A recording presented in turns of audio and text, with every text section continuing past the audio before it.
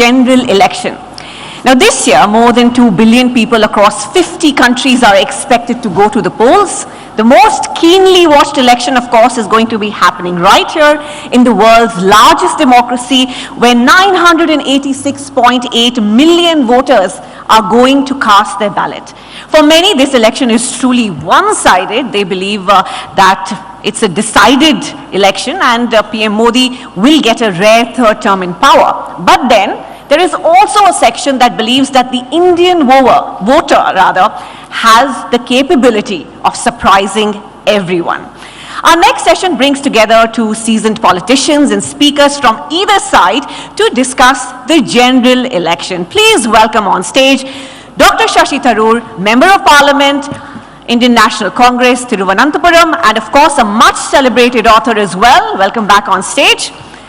And also a huge round of applause, please, for Dr. Vinay Sahashtrabuddhe, Vice Chairman Rambhau Malagi Prabidhini, and Member NEC BJP.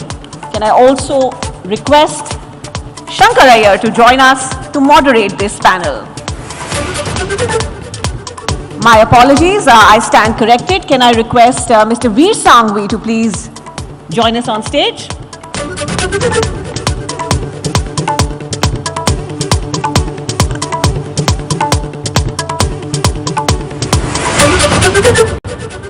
Mr. Shangvi is just joining us on stage, but I can promise you this is going to be a very interesting conversation. And sir, I think Dr. Tharoor, you already have the mic on, so why don't you start? No, we can start, but I'm just curious. Yes. It says Veer Shangvi there. Have you called the wrong person? I did, I apologized. So is Veer or there's Veer? Yeah, he's just coming up. Yeah.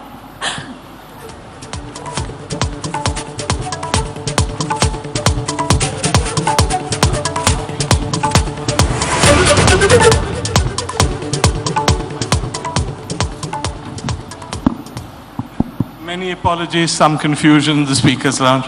Welcome to the session. We're supposed to be discussing the next election. So I'm going to stand actually, because I think the energy is wrong when people sit. I'm going to ask you the obvious question. How much are you going to win by, Vinay? How much? How much are you going to win by, Vinayji, in the next election? Well, how much is the BJP going to win by? Most certainly more than 300. 370 is the target. NDA or BJP? No, BJP I am saying. More than 300? Yeah. Okay. And how much do you think the Congress will get?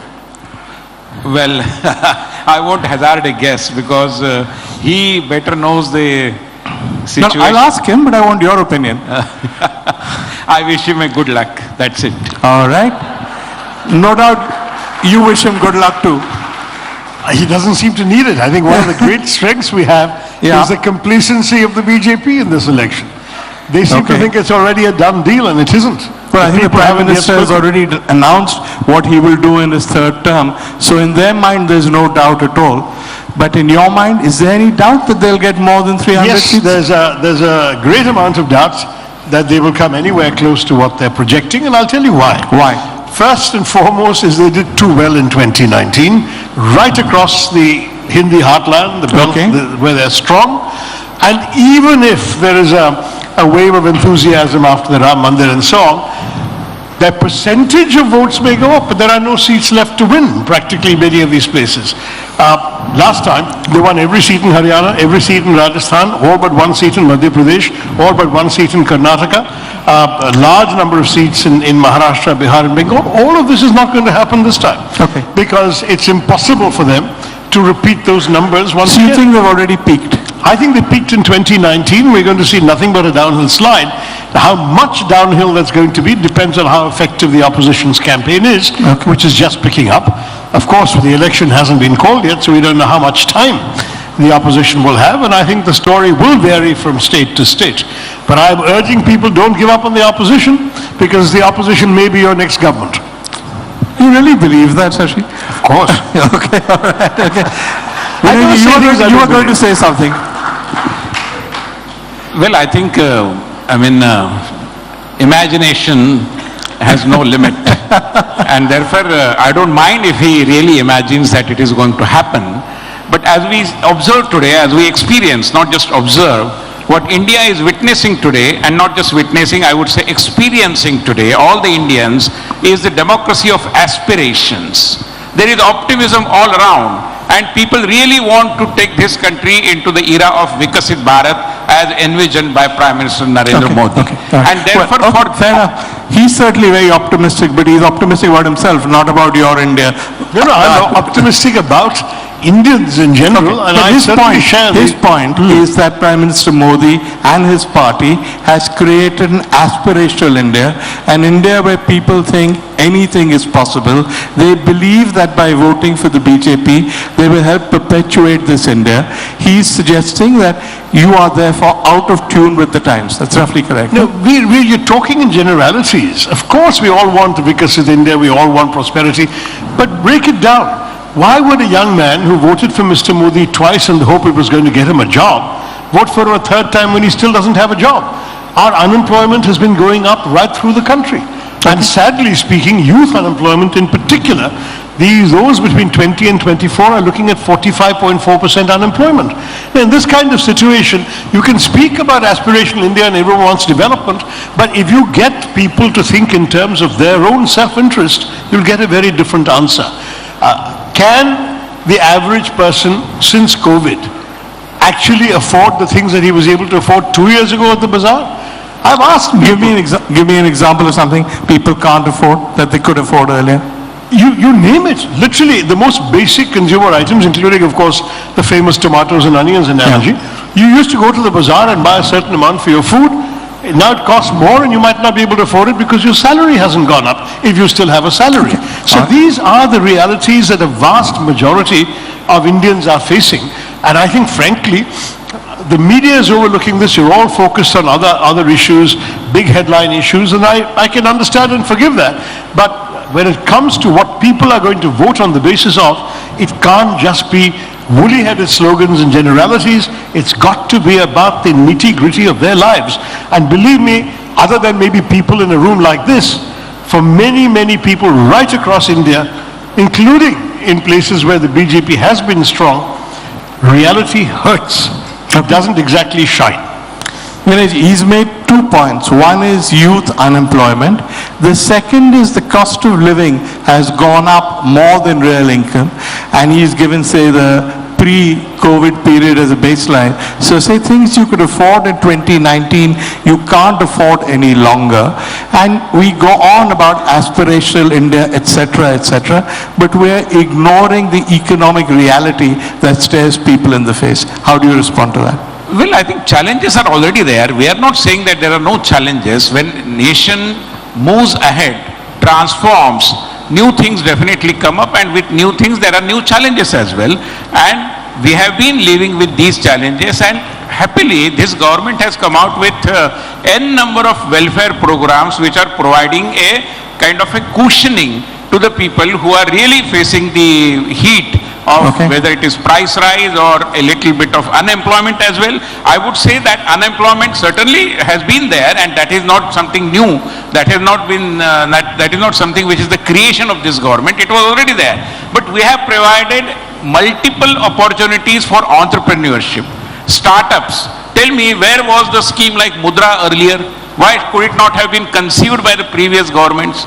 Tell me, why have we been ignoring all the Vishwakarmas? Only yesterday there was the Vishwakarma Jayanti and we observed it and we celebrated it because the government has now come up with a welfare program for all the Vishwakarmas, all the artisans, hawkers. Tell me, when was hawkers and their issues that came on the table for discussion in the Niti Aayog or in the high echelons of the government?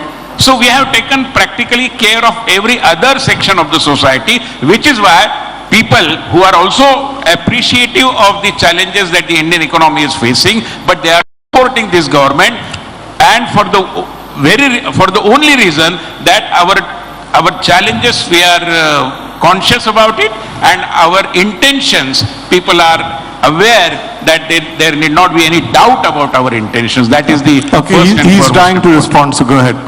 No, I mean, I think, look, frankly, this question of intentions is not entirely the issue, because the truth is, you can have good intentions and implement them badly or fail to implement them because of the challenges you mentioned, Vinayji. The truth is that if you think of the vast majority of Indians, their experience is not the experience of those who have prospered. How many people have started startups? And do you know that startups have laid off more people than they've hired in the last 2 years? We are looking at a crisis. Even the funding of startups has gone down colossally, as I pointed out in my budget speech in Parliament. You can say, yes, the Mudra scheme was not thought of earlier. We can say, we came after 10 years of your 6 years of your government, and you had not thought of Manrega. You had not thought of a right to information. You had not thought of right to education, food security. There are many issues that we also came up with that you didn't have. So we can trade these things. I don't want to do that tutu meme. The real issue is the future. There I agree with you. We are an aspirational country. We must be. I was saying this even before I entered into politics. We must. I mean, I gave an interview years ago in which I said, look, I've been living abroad with the Indian diaspora when I was working for the UN. I said the only country where Indians are not thriving seems to be India. What's holding them back? Everywhere they go, they're absolutely successful. Indians have that willingness to work hard, to strive, to create, to take risks, to deliver results. But somehow in India we've held them back. Now what we need to do is lift those restrictions guaranteed. And startups is one way, and Mudra loans are another way, and you can come up with some other examples, but we haven't delivered yet. The kind of complacency I see from your party, Vinayji, suggesting that everything is on the march, it's very good rhetoric, but it's not reflective of the lives of ordinary people. And I'm alarmed particularly about our young people, because literally 15 years ago I had pointed out that educating and skilling our young is not just a socio-economic issue, it is a national security issue. There is nothing more dangerous for the future of India than legions of unemployed young men, particularly men, but also young people. Now the sad truth is, this is where we fail. We talk about skill India and skill development and so on.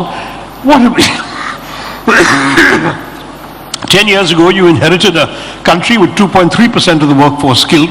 Today, it's 2.4%. We are in a position where we have not risen to the real challenges facing our country. I agree with the rhetoric, I agree with the objectives, I agree with the intentions. I am frustrated and disappointed by the reality, and I think at some point that's going to come back and bite you. Shashi, I'm going to ask you the obvious question. Let's assume for a moment that everything you're saying is correct, and people feel this and Indians are not thriving. Why is this not reflecting in election results? Why does your party keep losing in that case? Why does this party keep winning? Look, politics is about both ideas, policies, issues on the one hand, and about being able to deliver them to the electorate in a way that gets out the results. And I would agree that in the last couple of elections, the BJP has been better than us at the last mile of reaching every voter, knocking on doors. Their Panna Prabhari system, their bringing people to the polling booths has been better than ours. They've also been far better funded, and there's been more manpower available to them than to us, which is not an excuse, it merely is an observation, it's a fact. Even in my own constituency, where the BJP came second the last two times, but where they lost, they would have outspent me by a factor of 5 or 10 times, and they would have also had that many more people making that many more visits to the voters, and I admire them for that. I mean, that's what an organizational vehicle needs to do. But that alone is not enough. You've also, you can keep buying a package once, twice. A third time you're going to say, but there's nothing inside this package. How is my life improved? How is my family's life improved? Okay. And there'll be a very thin sliver of Indians for whom things have got better. Absolutely. Vinayji, this is a common Congress position, which is that one reason why you guys do so well is because A, you have 5 times as much money as everyone else. B, you're brilliantly organized. You run much better campaigns. You manage to get voters to the booths. They can't do that. Is that all there is to it? No, I think it is a left-hand compliment coming from Mr. Shashi Tharoor. I would expect him to be a little more gracious to say that, yes, your party is delivering. See, everybody was talking about democracy earlier as well. But what Prime Minister Modi has done is that he has ensured that democracy eventually delivers. Mr. Tharoor must be knowing, there is a very great scientist at the Kennedy School of Government, Dr. Pippa Norris, and she has come out with a unified theory. She is a political scientist of great repute. She said that only liberal values are not going to take us anywhere. Along with liberal democracy, you have to have a very efficient delivery mechanism, and I believe Prime Minister Modi has ensured that. When people in India were a little disillusioned about the idea of democracy in the early part of this century, especially between 2004 and 2014, then i.e. the UPA period. Yeah, of course. Okay, but thereafter, whatever, I mean, the entire mechanism, लोगों को जो लगा था कि ये चल ही नहीं सकता, Prime Minister Modi has ensured and he has rekindled the confidence that yes, democracy can deliver. और उसके कारण जो परिवर्तन आया है लोगों के जीवन में, अभी आप राशन दुकान पर जाइए, पूछिए राशन दुकान के मालिक को कि क्या राशन सही वक्त में आता है और क्या लोगों को मिलता है, जिनको जरूरी है उनको मिलता है या नहीं है. And now there is a mechanism. The whole technological setup is now there that only those who are deserving should get the ration and not all others. I mean, those who are not deserving, they need not be getting it. ये मतलब all these bottlenecks which were there earlier, you've removed them. Yeah, all right, Shashi, quickly, because then I'm going to throw this open to the audience. No, I mean, I'm not at all disagreeing with this, but given the fact that we also instituted a number of these things which your government very wisely continued with despite having criticized them when they were instituted. Manrega is a great example even after the 2014 election. No, but we have improvised Manrega. We have improvised Manrega.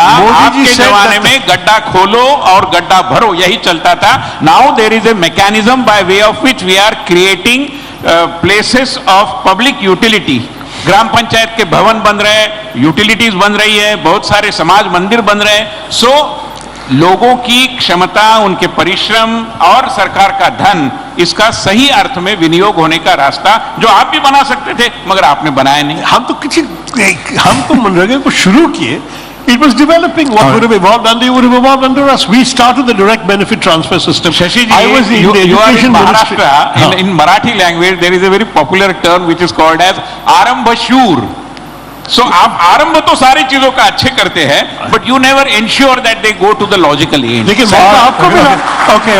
मौका आपको मिला ये करने के लिए. अच्छा. Let me seriously. Let me throw this transfer.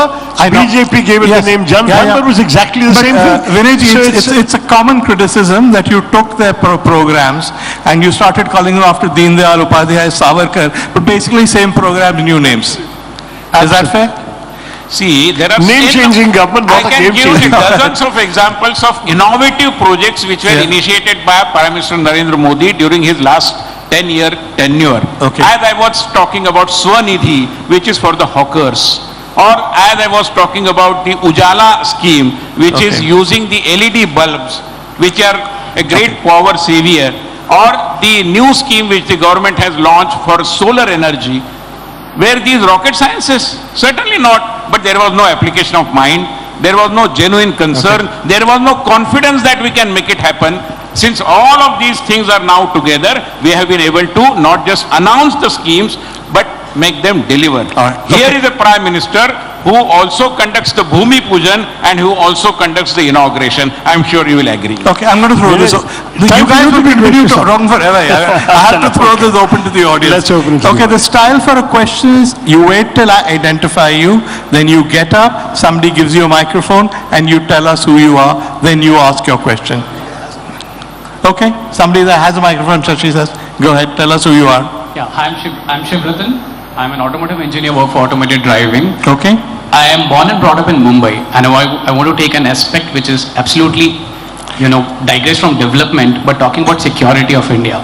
Yeah. So I'm a 90s kid, and we had kind of a psychology that every 3-4 years, there will be an attack in Mumbai, and we have to live with it. Coincidentally, since 2014, I'm in 2024, 10 years, there has been no attack in Mumbai. Is that a coincidence? Just wanted to put across that question. Okay. Thank you. That's a good question. You have to concede that there have been no terrorist attacks on the scale of the Bombay attacks that he's referring to, at least during this term of Parliament. Yeah. And not only that, we actually seem to have gone out and killed the terrorists, if you want, in other people's countries. Fully agreed, except for one thing, which is that, I'm not going to use the word coincidence, but it has happened to coincide with a completely different Pakistan from the one that was successfully able to inflict terror on us during both BJP governments and our governments and United Front governments. And why was it Pakistan different? Because of their internal problems. partially because of their having encouraged militancy, they've now had the rise of the so-called Pakistan Taliban, which has tied up their army in knots. They've had a restive border on the western side as well, which has slightly distracted them from the eastern side. And as a result, we have a Pakistan that actually at one point wanted to make peace with us rather than send us militants. That happened to coincide with the current government. So if you want me to say that the NDA government has been lucky in everything from the way in which the oil price dropped from the UPA days to the way in which the Pakistan situation became a mess for Pakistan and therefore more peaceful for us, I'm willing to say they're lucky, I'm willing to say we're lucky. But the fact still is that you can't just say it's because of the government unless you can give me 10 steps that this government took that has made us more secure. They haven't. These are circumstances coming from outside and beyond the control of the government. All right, somebody else with a question? Gentleman here in the front row.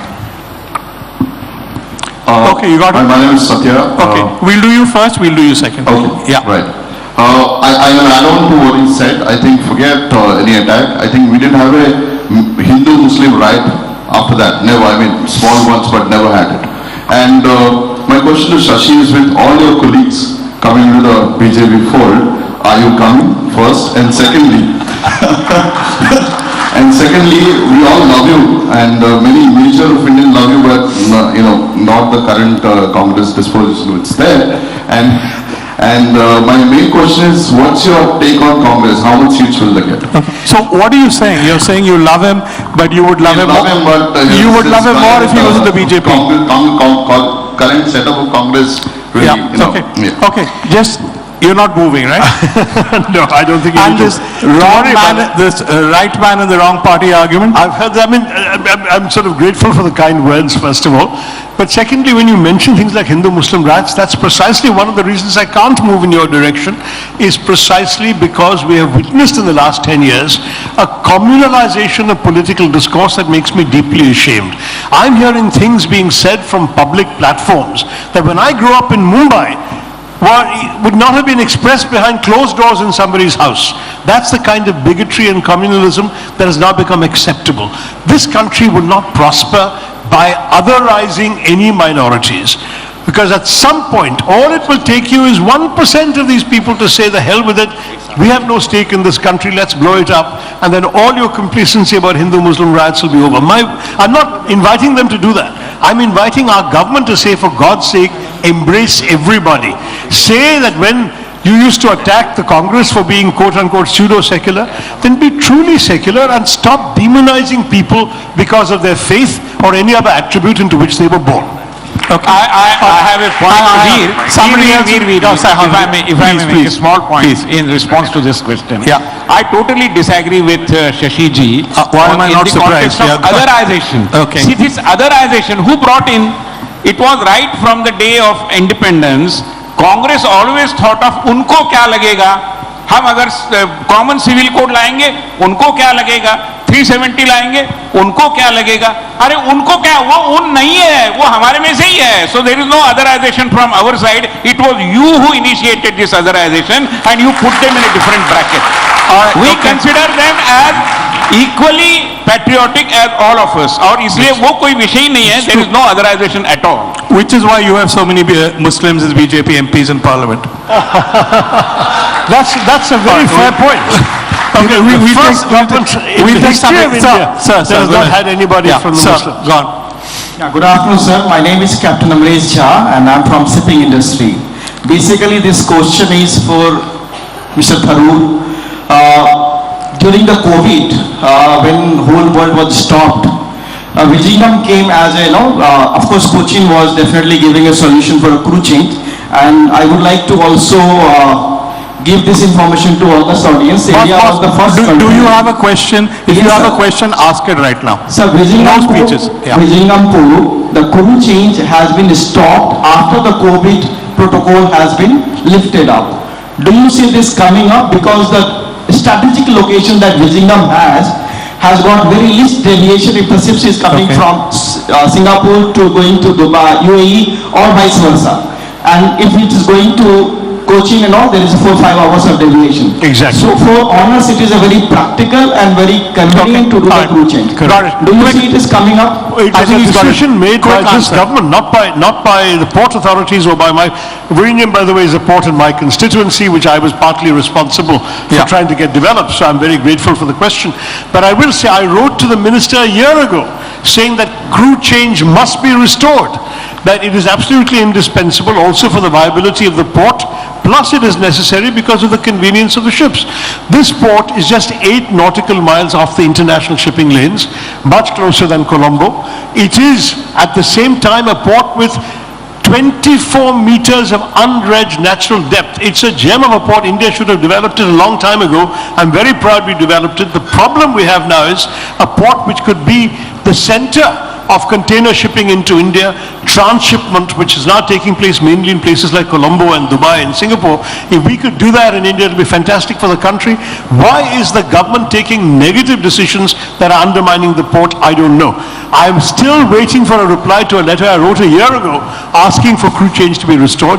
I tried to take it up in Parliament. My question didn't have a chance to come up. It will be one I'll pursue, Captain Shah. Thank you for your question. Somebody from this side of the room with a question? There's a gentleman there with a hand up. Can we give him a microphone, please? That's what, okay, I can't see very well. Hello? Can whoever's got a microphone give it to the person? Just wave a lot so they can see you. Yeah. Okay, that's a person. Yeah. Have you got a mic now?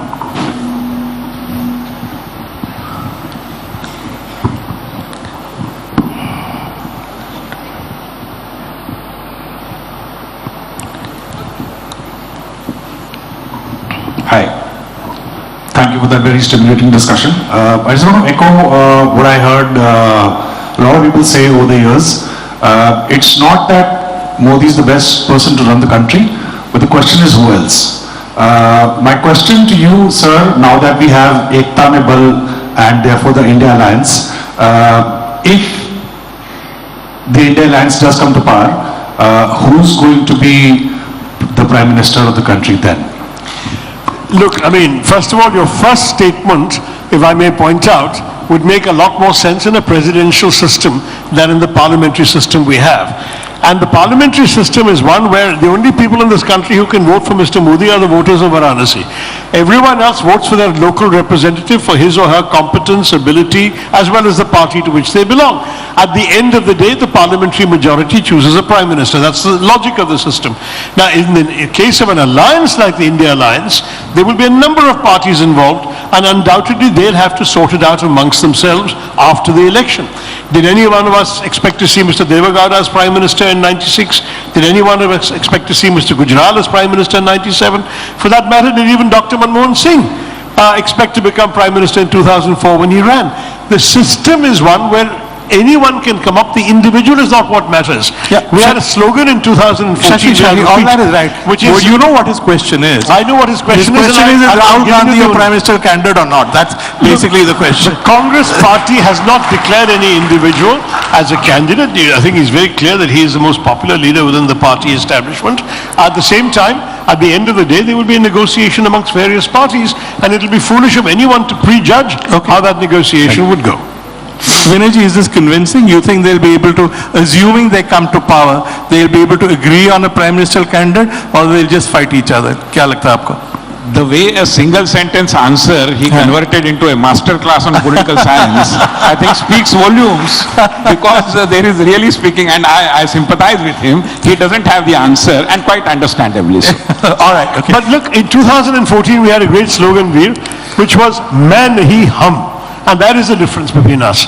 We have a party that says meh, meh, meh every time, and we have a party that says hum. A number of leaders with collective experience who come and listen to the public and work with them to solve their problem. All right, last question, we have 2 minutes left. Somebody from the middle who hasn't got a chance to ask a question? No? There was a lady, Shashi said, who had a hand up. Ma'am, could you please stand up and we'll get you a microphone? She seems to have gone quite. Hi, I'm Shantanu Gupta. I'm a law student of GLC Mumbai. I had a question. As elections are coming up, so what either of your parties and either of you think about the decision of Supreme Court on electoral bonds?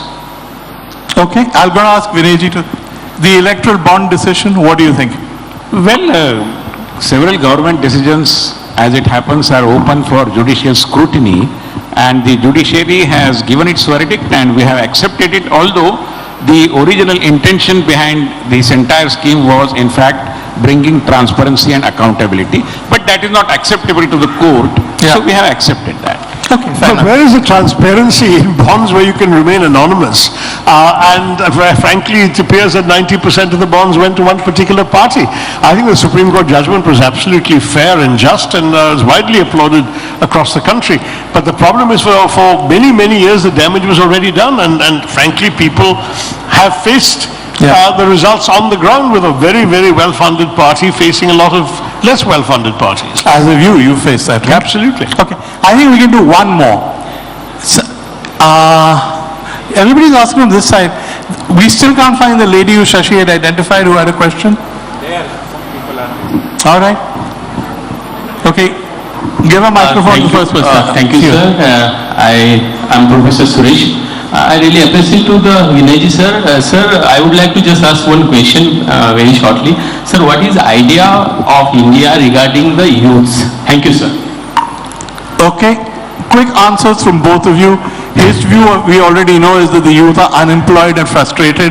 Your view is that they have aspirations. So, quick summaries of both Well, issues. India free from nepotism, free from corruption, free from terrorism, I think is the idea of India for the youth, because the youth and his entire future is invested in this idea of India, which all of us have created. It is not just the creation of any particular individual, it is the society of India, and therefore I believe these are the three important segments: a corruption-free, nepotism and dynastic politics-free country, and that kind of a democracy is something which every youth would like to see for his own future. That's a sharp, succinct answer, Shashi. Look, I have no difficulty with that answer of Vinayji's, because the truth is that we all want those objectives. Have they been realized? I don't believe they have. I don't believe that in the experience of many people, especially in Mumbai, I've spoken to many business people who tell me that their experience with corruption is no better than it used to be, perhaps in some respects worse. So we are facing challenges. I believe what young people want is some meaning in their lives, a job, the prospect of improving their circumstances, and the ability indeed to dream of something better for themselves and one day for their families and so on. They don't have that in a country which denies them the opportunity to work and to fulfill their dreams, and that's what's going to be our priority: jobs, jobs, jobs. Okay. Last question to the audience. How many of you think the opposition stands a chance in the next election? Put your hands up. Not a lot. Okay. Well, everybody, if I'd asked you the same question in 2004, you would have said the BJP was winning by a landslide, and we know that didn't happen. So, politics is the art of the possible. Thank you both. Thank you so much. Thank you. Thank you. Can I have one small comment, Veer, Of course. The organizers, I mean, when you have this kind of a debate, let it not start with some kind of doubting Thomases describing the very subject title, well, whether democracy will win. Arey boss, democracy will absolutely win. This country is basically a spiritual democracy, which is why we have successfully experimented with parliamentary and political democracy. So let there be no doubt at all, the democracy is going to win, because India and democracy are synonymous. I think Sunil Kilnani referred to that as his last Yeah, and I'd love to believe that, and Vinayji knows that, elections alone do not make a democracy, and that it's extremely important what happens between elections. I agree that in the electoral process, the people of India will get to exercise their franchise freely. The question is, once they have done so, what is going to be the way in which they're treated? Will they be given the freedoms they're entitled to? Will their phones be scooped on? The session is over. You guys have to stop now. Radhika, we need an hour. Thank you very much, gentlemen. This was certainly a match of equals. Do stay on stage as I invite Mohit Roy Sharma, Executive Editor, Outreach ABP Network, and Rajiv Gupta, Director, Sharda University, to please join us on stage and present our speakers with a memento.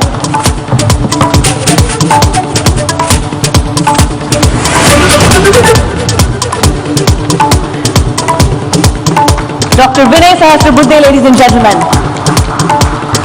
I think we can do with a louder applause.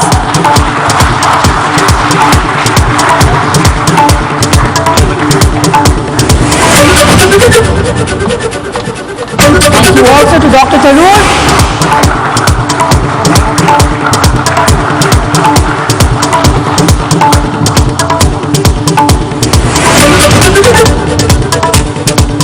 And a special thanks to Mr. Shangvi for once again steering a wonderful conversation on the stage of ideas in India.